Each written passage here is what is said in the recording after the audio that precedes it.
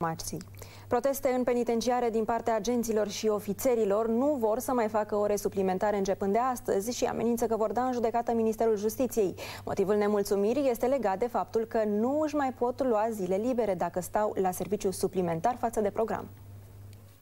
Refuzăm efectuarea de ore suplimentare, ceea ce înseamnă că, practic, activitatea în penitenciare încet se va bloca, având în vedere că de ani buni această activitate este susținută printr-un număr imens de ore suplimentare pe care angajații le fac. Practic, angajații fac o tură sau două în plus în fiecare săptămână în funcție de nevoile penitenciarului. Sunt chemați de acasă să facă alte servicii pentru care nu există personal. Sunt peste 1000 de funcții care ar trebui ocupate. Practic, doar 61% din statul de funcții este ocupat. A fost confirmat primul caz de pestă